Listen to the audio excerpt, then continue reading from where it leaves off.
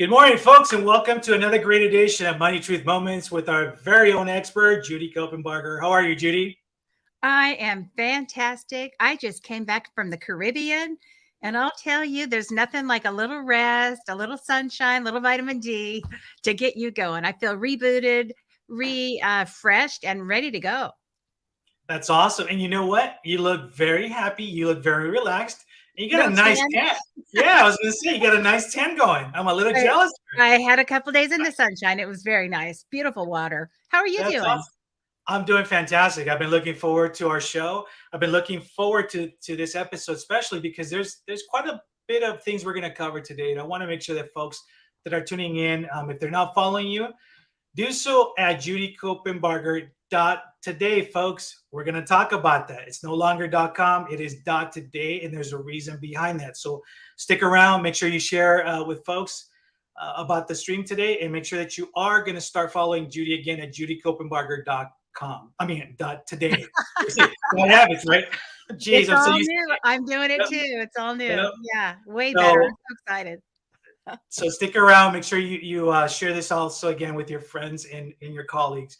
So I want to get started today with it's more of an open dialogue. And as we put on the announcement today, folks, we're going to talk about a subject that we visited before. Judy's talked about it several times, and it's how we build our teams. Right? That's very crucial when you're starting a business. When you have a business, how do you put in the right people, the right places? We've all gone through folks that sometimes we don't know who we need to hire, and sometimes we don't know who we need to fire. Right? That's Mhm. the reality of it. Yeah. So what I wanted to do is start today about maybe you can briefly talk about how do we build that team, and at the same time, if you haven't heard the term 4H before, you're going to hear it again as a reminder. It ties into that as well. But let's begin with how do we build a team? If I'm just starting out, I come to you, or you hear me say, hey, you know what? I'm going to start a new business, right? I got my job let me go. Cuts are this. People go through different phases in their lives. So here I am, brand spanking new. I want to get started. How do I do that, Judy? Yeah, first of all, that's kind of a mixed blessing when you get let go. Right. Sometimes you have to say no to something to say yes to something. And some of us have a tendency to hang on. And so when we get let go or when circumstances change and it looks really bleak and boy, you didn't see it coming, sometimes you look back, and I've lived enough years and worked with enough people with, the veterans at life, where you look back and you're like, that was the best thing ever. It didn't feel like it at the time. I didn't know the reason for it, but now I look back, and that shift in that pivot in my life, that shift in my direction was the best. So the first thing I would say, if that's happening to you, or you're perceiving that you're not in a good place right now with work or your income producing activities, take a deep breath and consider this might be a blessing in disguise.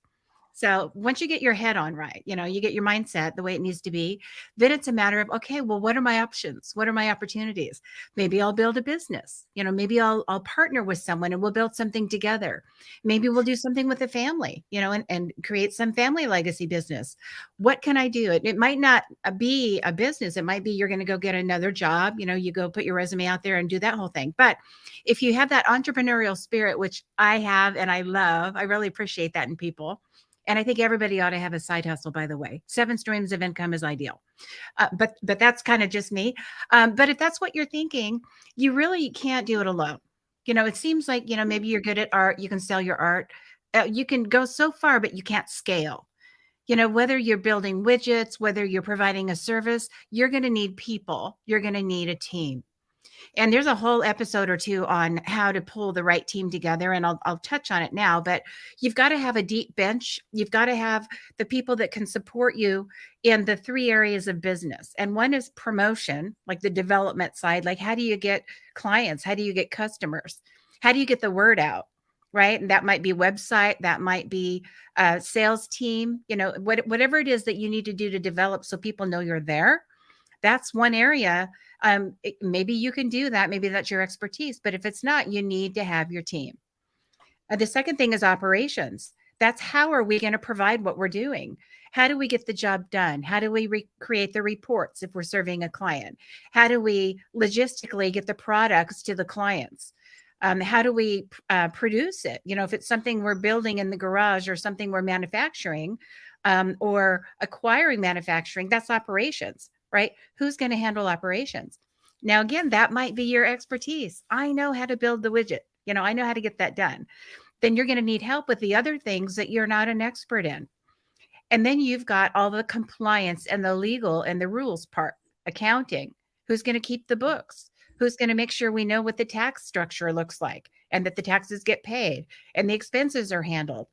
So there's all of those areas. You might be an expert in one or a few. Chances are you're not an expert in all of them. And even if you're a 30 or 40-year veteran at business, you probably have a good handle on a lot of these areas, but you're going to need people to carry it out. You've got 168 hours every week, right? So who are your people? And how do you know if it's a sustainable relationship? That's the trick. I think the first thing is to make sure that you use the 4-H method or something like it to acquire the right people as you're building your team.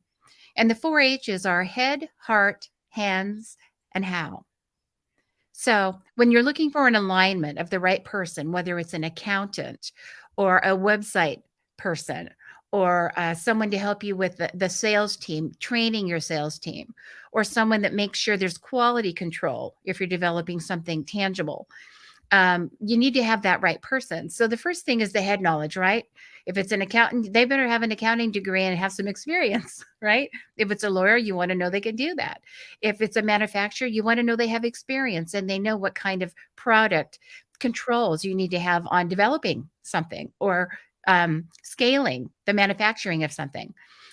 So you want to have that person that knows they have experience and they have education if it's required for that field. The second thing is the heart. And this is the one a lot of people skip. They'll look at, oh, they've had 20 years experience. The heart really needs to align. And what I mean by heart is they understand the heart of your business. They get you. They get why you're in business. They understand your purpose, your family, your values, your legacy. Why? Why are you doing what you're doing? They get that, and there's an alignment with it. And the why will carry right into the how. So maybe you want to give as much as you take in your business. So you're sharing the profit with causes that you care about. There's a lot of companies that you've seen, global companies that have come up the last 5 to 10 years. It's kind of trending. We're making a difference. The socks people come to mind. Every time you buy a pair of socks, we give one away. There's several companies that really do that. The sustainable Starbucks, everybody's been to a Starbucks. Some people maybe too many times in a week. I don't know who that might be, but at Starbucks, they're all about sustainability, and they really tout how they get their products from microeconomies that they're helping. And if they weren't there buying the coffee beans and buying the cacao, those people might have no work. And they're doing it in a sustainable way that helps the earth, So they kind of have more to the message than just their good coffee, right? So I think of companies like that. So that heart needs to be in alignment with the people on your team. The hands is kind of logistics. It might be that you need someone that's in your city or, down the street from you. You want to look into their eyes and you need to work together and collaborate. Maybe it doesn't matter. You can just work online or Zoom or have a meeting like this, with the people on your team. It might be that there's a scope, like you need to be able to have them understand the rules in other cities, other states, maybe globally, other countries where you're doing business. And maybe that doesn't matter. So you want to look at that hands, the logistics of that fit. And then finally, the how. How is everything delivered? Is it delivered in a very useful way for you? Do you need all the details? Are you a detail person? Or are you okay with 30,000 video? Just make it happen. Give me a general sketch of how it's going to go and take the ball, right? I'm delegating. And so if you look at those 4 things, head, heart, hands, and how, and you look for those alignments, you'll find a relationship that'll be sustainable. And it's a team member that's really going to serve you well. Better chance of serving you well than someone that doesn't have that alignment. There you go. That's the 4-H method. Awesome. And I also want to look at and maybe you can provide us maybe 1 or 2 examples, because I know throughout your career, the folks that sometimes have reached out to you is because they're they've been introduced to you, number one, but they've dealt with experiences that sometimes it's been, and let's face it, every industry has their handful of knuckleheads, right? To put it plain and simple, everything from insurance folks to you name it, we've all experienced it, mechanics, doctors, you name it, right? So in your field and what you've seen over your career, right? Can you think of two examples where people just didn't know where to go, who to reach out to you, and they ended up landing with you because of a referral or because word of mouth as usual on there too? Yeah, sometimes people connect with me because they're in pain. They're rebooting. They've had some kind of a crash or a life event or a health event or business, maybe the sector they were working in is gone. The rules change. It's like, what do I do now? We saw a lot of this with COVID, right? You have a business, it's a service business, and now you can't do it. Well, now what? Now, my experience through this last several years of COVID, working with many business owners and entrepreneurs, is most of them thrived. And I don't know if it's because we were teaming up and it's like, okay, what are our options now? The rules have changed. I like to think that I've had a hand in that. But, they talked about the great pivot. We have people working at home now. How do we do it? We have students at home learning. How do we do it? Right. Which is kind of funny because I've been Zoom and I was Zooming back when Zoom first happened. And it was just like primitive. And now it's like really great, but nobody even knew what it was. And now everybody's got it and they're using it and the families are connected and businesses are happening that way.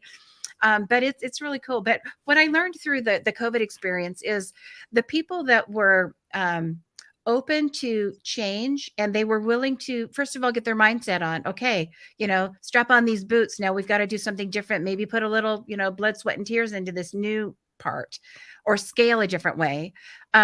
Those people that had that did well.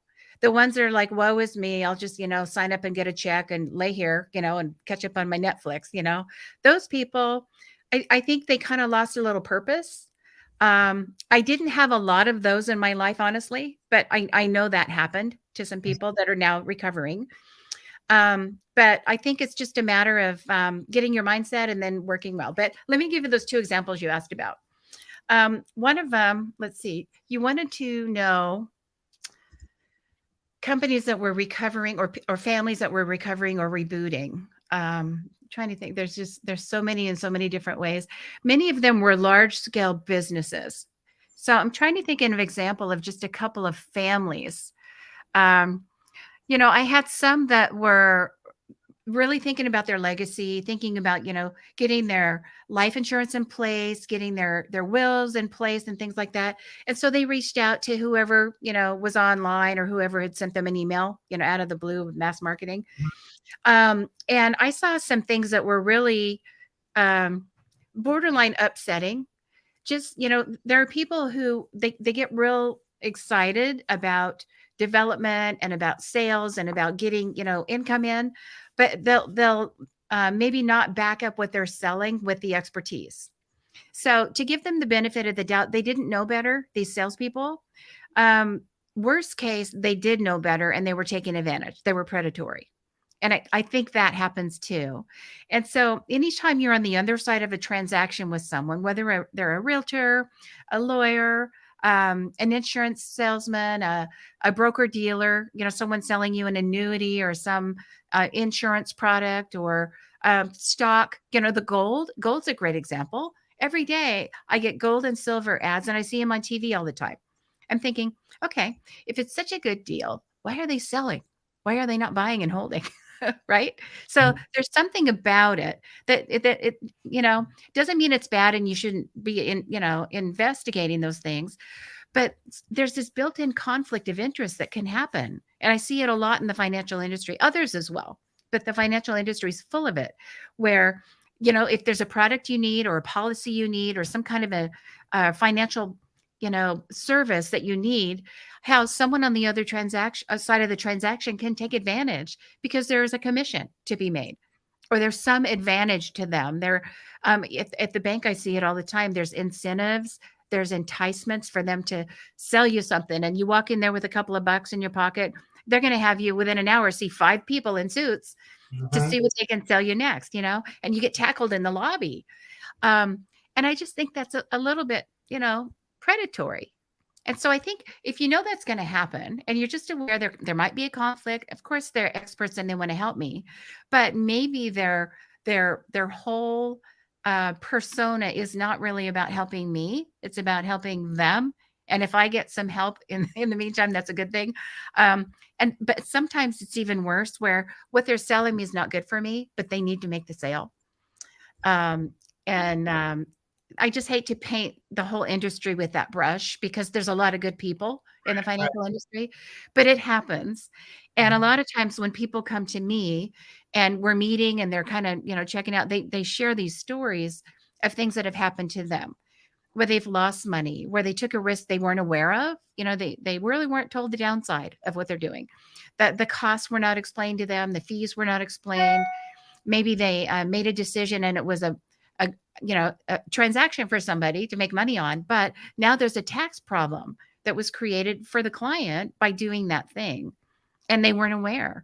And best case, the person that sold it didn't know. Worst case, they did know and they did it anyway.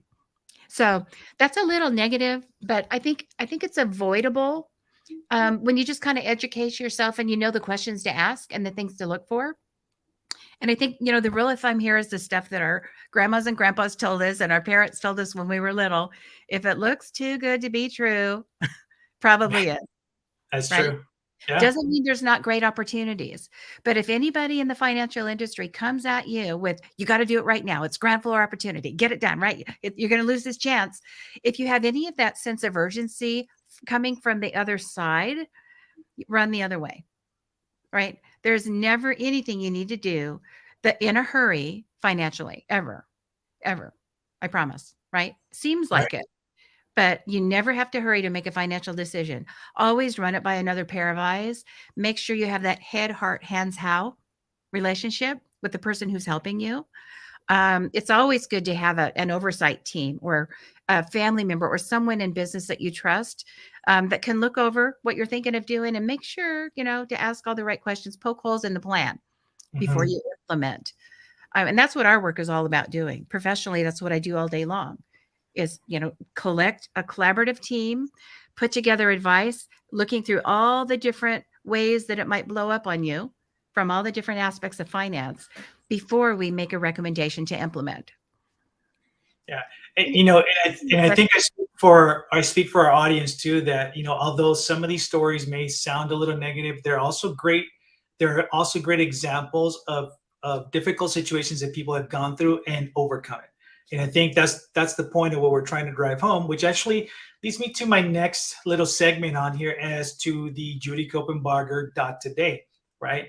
So we're basically working on you're launching a brand new website, you're launching a brand new, I would say, a new chapter, really, when it comes right down to it, because it's just I want to make sure that folks know what you've gone through, and it's a great example, folks. What happens when one of your team members goes rogue, or some folks that you put a lot of trust and time with to develop the 4-H method decide that they no longer want to play nice with you, right? And this is going to be more a story that I like our audience to hear because of all the struggle you've gone through and why we are where we are today, right? Which leads right to that. Yeah, So and I love this question because it's one of those opportunities where you look at it and you go, "Why is that happening? I've been wronged.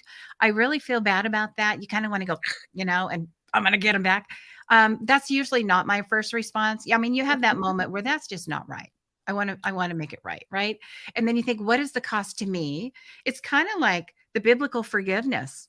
It can happen in family. It can happen with relationships. You see that a lot. It can happen in business. And so it's like, if I let go of that, what will open up for me? And that's happened. And we're talking about the advice you get from people, and it's like it's not a fit. That reminds me of a quick story. I changed physicians about 5 years ago, and with our insurance and everything. So I got a new doctor. Really love her. She's great, wonderful, wonderful. But she wanted me to go on this medication. I didn't want to go on it, and I don't think I need it. Well, you should go on it. Why? Because you have this number in your levels. Well, I've always had that number since I was in my 20s. I don't want to go on the medicine because you can't stop it, right? So it's one of those things. It's like you start it and then now you're taking, Mhm. medicine. And so I argued with her every time. And so finally I said, what test can I take that will prove to you that I don't need the medicine? Well, I didn't say it that way. I said, what test can I take that we can review together and determine whether or not that would be the path? And so she gave me a test. I went and took it. It came back flying colors. I'm like 19 on the inside, for the heart stuff. And so it's fine. So I don't need the medication. And she's like, wow, I've never seen that. That's great. It's like, yes. So Awesome. that's one thing where we were able to work it out. It wasn't quite a fit, and we were able to work it out. And I had that happen recently in my business. So I had JudyCopenbarger.com. I've been branded all over. I've been at this for a long, long time. So when all these bells and whistles and social media and everything came up, I had a team put together for that.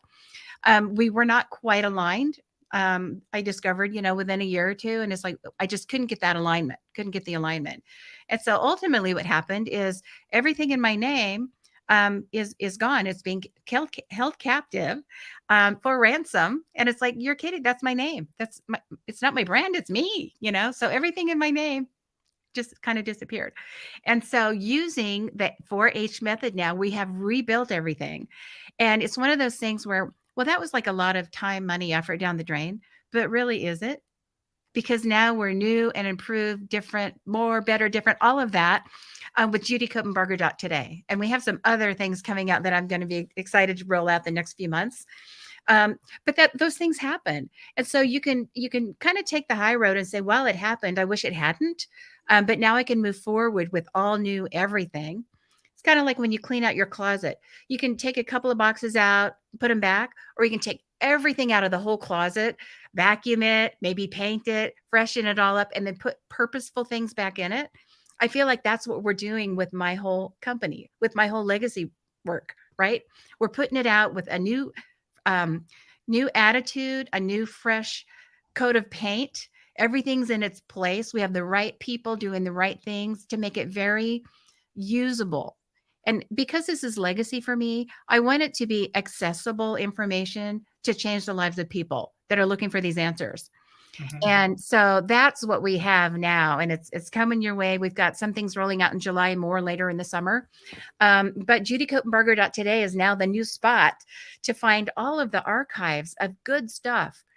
You'll be able to access through there all of the programs that we put together, the courses we put together. Money, Truth, and Life content will be there. Money, Truth, and Legacy content is there. All the YouTubes on every possible financial subject over the last, I don't know, 5 years, 6 years is all there. And it's relevant and current. And I've got smart people that are organizing the information to make it very palatable and accessible. If you want to learn about retirement plans, you can. If you want to learn about irrevocable trust, you can. If you want to learn about how interest rates work, or should I keep that condo that we're moving out of and keep it as a rental?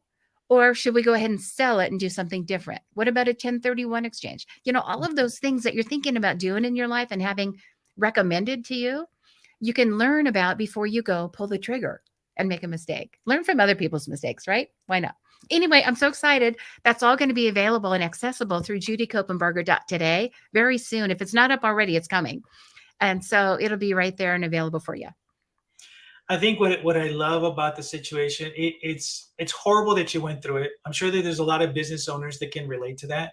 Oh, And yeah. folks, one side note on advice: make sure that you own what you're putting out there. You don't want to put it in somebody else's hand. And like you said, develop that trust with the 4-H method. Really pay attention to some of that. Unfortunately, there's a lot of folks out there who don't like to play nice, And one of the things that I love about the story, and I want to make sure people share it, is that you learn from this situation. I mean, other people can easily just go, it's like, now what do I do? You know what I mean? Sit down and just give up and just like, oh well, that's it, done. But you've turned this around into a very positive situation where it's like, you know what, it happened, fine, whatever. This is just going to make you better. It's going to make you stronger. It's going to put out even better things out there for JudyCopenbarger.today. And I think that folks are going to benefit. Our new audience, our following, the audience is following you currently right now as well too, are going to benefit a great deal from this pivot that you had to do on .today. So I'm excited. I'm sure our audience is excited. Folks, if you're listening, please make a note that JudyCopenbarger.today will be launching here very soon. We're very excited because there is a lot of great things that are coming, a lot of new topics. If also, while we're talking about this, if you have any things that you want to hear on the show, any discussions that you want to learn about that Judy hasn't covered, please make sure that you send us a message, send it to Judy, send it to myself, and we'll make sure that we can address it also. One of the things that I also wanted ask you really quick, because I know we're getting to the end of this also, is give us some inspirational words. You went through it right now. What do you say to somebody that now is like, okay, I got to go check on this because I haven't really been paying attention, or so and so is kind of holding some of my stuff hostage because I thought I owned it and I don't. So, what are some maybe things that stood out for you that are you're paying attention as well too? Well, I think one thing that I did right was I got the right people on my team in that area, because technology is not my forte. You know this, Carlos. It's not what I love to do. If I have to plug it in, I'm getting somebody to help me, program it, look at it, push the buttons. It's got to be made simple, because I spin. When I get into technology stuff, I don't enjoy it. I can do some of it, but I do not like it. It sucks the life out of me. So I try to spend my time doing things that are optimized, things that I'm really good at and I enjoy doing. They give me energy, and delegate things that don't. So the first thing I did was get the right people to help with that. So I feel like now we've got it. I think the big lesson learned was I was happy to delegate it and just let go. I don't want to know. Just tell me what button to push when it's time, right? That was my mistake, because I didn't maintain controls enough to know that's my password on there. That's my phone number on there. That's my email. I own it. Show me the proof that I own it, or, we're not in business together. I should have done that early, but I was just, honestly happy to just not be involved. So I think even those areas, we talked about the three key areas of business. There's operations, there's compliance and legal, there's development. One or two of those might really rub you the wrong way. You hate it, don't want to look at it, don't want to do it, but you need to have your hands in there enough, if it's your business, to know that it's being handled by the right people, and that you have controls of it. You have oversight. I see this a lot in the financial industry. People don't want to deal with the numbers, the taxes, accounting. I don't know. I just want to go do my widgets. That's my what I love to do. That's why I'm in business, because I'm good at what I do. And so to those people, I said, but you need to know your numbers. You need to know, what is your profit? What is your EBITDA? What's going on with your tax structure? Are there things that you could do more better or different there? That's probably the area I see the most, because that's the people that talk to me, right? Because I'm on the financial side. I can't help them much with development. I can't help them much with operations, depending on the business. If it's service business, I can do that. But I don't know if they're going to make blankets and send them to India. I don't know where you get the wool from, or cotton or whatever. I have no idea about stuff like that. But the financial side, I think the lesson in it is, don't avoid totally, which I want to do. Don't avoid at least having a 30,000-foot view and accountability in those areas that you're not working in every day. That's the big lesson, I think. Awesome. And folks, I know we're at the tail end of our show, but you know what that means.